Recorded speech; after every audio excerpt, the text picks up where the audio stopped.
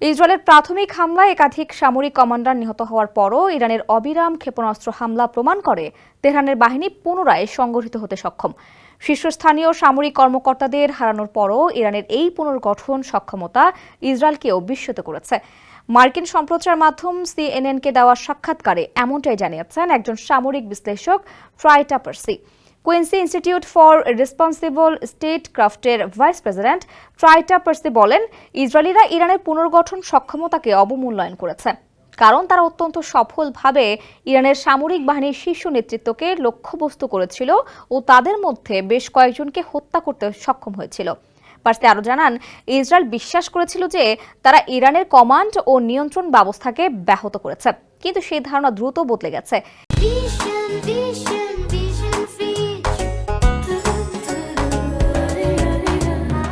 এই সমর বিশারদ আরও বলেন, এখন আমরা যে দেখছি তা হলো ইরানি ক্ষেপণাস্ত্রগুলো ইসরায়েলের বিমান প্রতিরক্ষা ব্যবস্থার সমস্ত স্তর ভেদ করতে সফল হচ্ছে। পার্সি সিএনএনকে যখন তার বিশ্লেষণের কথা বলছিলেন, সেই সময় সোমবার ভোরের দিকে ইসরায়েলে নতুন করে ইরানি ক্ষেপণাস্ত্র হামলার বর্ষণ শুরু হয়। এতে ইসরায়েলের একাধিক স্থানে আঘাত হানে। ইরান ও ইসরায়েল উভয় পক্ষেই হামলার তীব্রতা বাড়ানোর ফলে হতাহতের সংখ্যাও বাড়ছে। তেহরানের বাসিন্দারা নিরাপত্তার সন্ধানে রাজধানী ছেড়ে অন্যত্র যাওয়ার চেষ্টা করছেন।